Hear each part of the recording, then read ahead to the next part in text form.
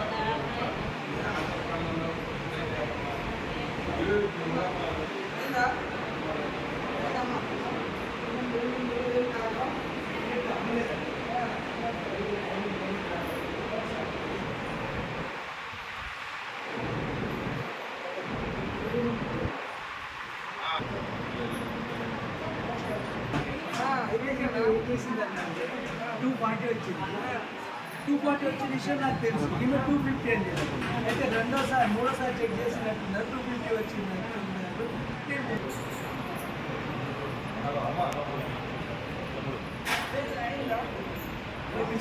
మాయరాజు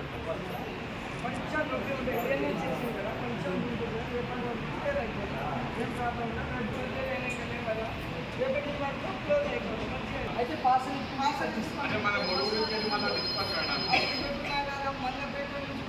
అన్నీ ఉంటాయి. ఎక్కడైనా పట్టుకోవచ్చు. ఒకవేళ రాత్రి అయితే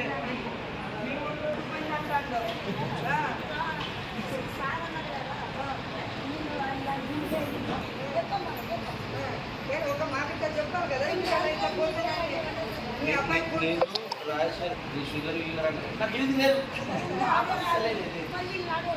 వీళ్ళ అబ్బాయి ఫోన్ చేసిండు, అన్న మా అమ్మ నేను షాప్కి